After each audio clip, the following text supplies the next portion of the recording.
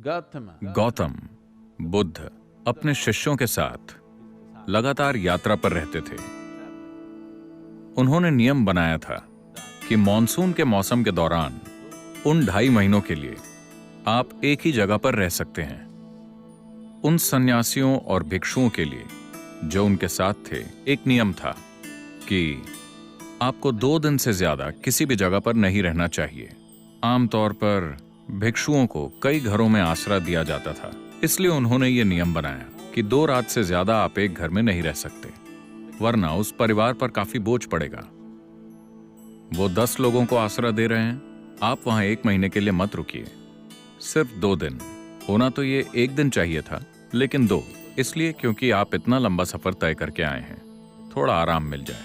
लेकिन मॉनसून के मौसम के दौरान उन्होंने कहा कि 2 से 2.5 महीने तक आप एक ही जगह पर रह सकते हैं, क्योंकि मॉनसून के मौसम के दौरान जंगलों के रास्तों से होकर गुजरना खतरनाक होगा और कई लोगों की जान भी जा सकती है। तो ये एक ऐसा ही समय था। वो एक बड़े शहर में ठहरे और वो बहुत सारे घरों में रहने लगे। भिक्षु लोगों से भिक्षा मांगने के लिए बाहर निकले। आनंद या आनंद तीर्थ, जिस नाम से उन्हें जाना जाता था, वो भिक्षु बनने से पहले गौतम के बड़े भाई हुआ करते थे। वो भी बाहर निकले। वहां शहर में एक वैश्या रहा करती थी। उसने आनंद को भिक्षा दी। उसकी तरफ देखा, एक सुंदर जवान आदमी, लंबी कद काठी। उसने कहा, मैंने सुना है कि भिक्षु कई घरों में रहने की जगह ढूंढ रहे हैं, तुम मेरे यहां आकर क्यों नहीं रहते? आनंद ने कहा, मुझे कोई दिक्कत नहीं है, लेकिन मुझे बुद्ध से पूछना होगा कि मुझे कहां रहना चाहिए। तब उसने उसे ताना मारते हुए कहा, ओह, तुम अपने गुरु से पूछने वाले हो, जाकर पूछो, मैं भी देखूं कि वो क्या कहते हैं। तो आनंद अपने दिन भर की भिक्षा लेकर वापस पहुंचे। गौतम बैठे थे। वो आए और उन्होंने भिक्षा उनके चरणों में रख दी। सारे लोग जहां भी जाएं, उन्हें भोजन और रहने की जगह का इंतजाम करना था। तो आनंद ने पूछा, इस तरह ये महिला मुझे न्योता दे रही है, क्या मैं वहां रह सकता हूं? गौतम ने कहा, अगर वो आपको इतने प्यार से आमंत्रित कर रही है तो आपको वहां जाकर रहना चाहिए। शहर के लोग जो वहां बैठे थे, उन्होंने कहा, क्या एक सन्यासी जाकर एक वैश्या के घर में रहेगा? बहुत हो गया। ये आध्यात्मिक प्रक्रिया भ्रष्ट हो गई है। गौतम ने उन्हें देखा और कहा, आप इतने परेशान क्यों हो रहे हैं? वो महिला इन्हें न्योता दे रही है, इन्हें वहां रहने दीजिए, इसमें परेशानी क्या है?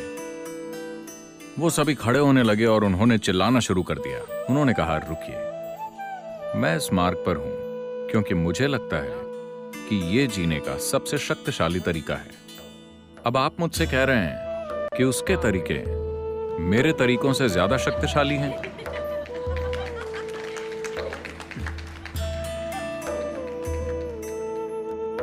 अगर यही सच है तो मैं भी जाकर उसके साथ शामिल हो जाता हूं। मैं यहां हूं क्योंकि मुझे लगता है कि यह जीने का सबसे अनमोल और शक्तिशाली तरीका है। अगर आपको लगता है कि उसके तरीके मेरे तरीकों से बेहतर हैं, तो मुझे भी वहां जाकर शामिल हो जाना चाहिए, क्योंकि अगर आप एक सच्चे साधक हैं तो ऐसा ही होना चाहिए। अगर आपको कहीं ज्यादा ऊंची चीज मिलती है तो आपको वहां जाना चाहिए। फिर लोग चिल्लाने लगे और कुछ लोग चले भी गए।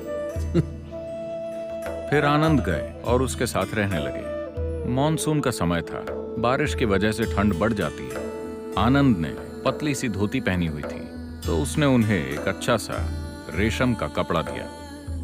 उन्होंने खुद को ढक लिया। तब लोगों ने देखा, देखो वो तो गया।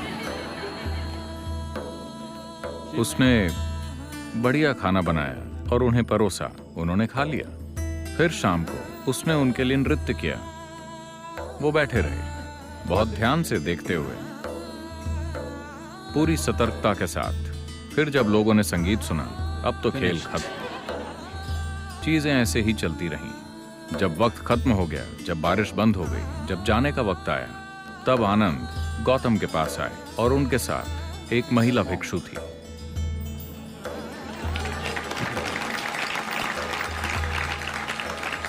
तो The power of being on the path of truth has been there.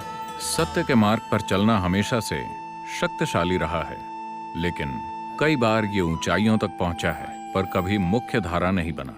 मैं देख रहा हूं कि आज कम्युनिकेट करने की हमारी क्षमता की वजह से, टेक्नोलॉजी की वजह से, इंसान की चाहत, सत्य को खोजने की इंसान के अंदर की स्वाभाविक चाहत, ये कोई सिखाई हुई चीज नहीं है। ये कोई ऐसी चीज नहीं है जो लोगों को सिखाई गई है कि आपको सत्य की खोज करनी चाहिए।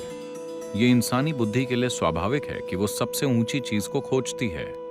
किसी भी इंसान को अगर एक मौका दिया जाए ये चुनने का कि या तो यहां रहिए या वहां, तो वो हमेशा कहेगा मैं वहां रहना चाहता हूं। अभी हो सकता है कि वो यहां फंसा हुआ हो, पर उसकी इच्छा हमेशा सबसे ऊंची जगह पहुंचने की होती है। बात सिर्फ इतनी है कि हमें उसे दिखाना होगा कि शराब के नशे से ऊंची चीज भी होती है, ड्रग से ऊंची चीज भी होती है, सामाजिक नाटक में फंसने से ऊंची चीज भी होती है, और किसी से बेहतर बनने की होड़ में भागने से ऊंची चीज भी होती है। हमें बस उसे यह दिखाना होगा, हमें उसे यह समझाना होगा कि एक ज्यादा ऊंची संभावना मौजूद है। हमेशा से बहुत से ऋषि, संत, योगी और गुरु ऐसा करते आए हैं, लेकिन जैसा कि मैंने कहा, वो सज्जन लोग थे। उनके पास मेरे जैसी आवाज नहीं थी।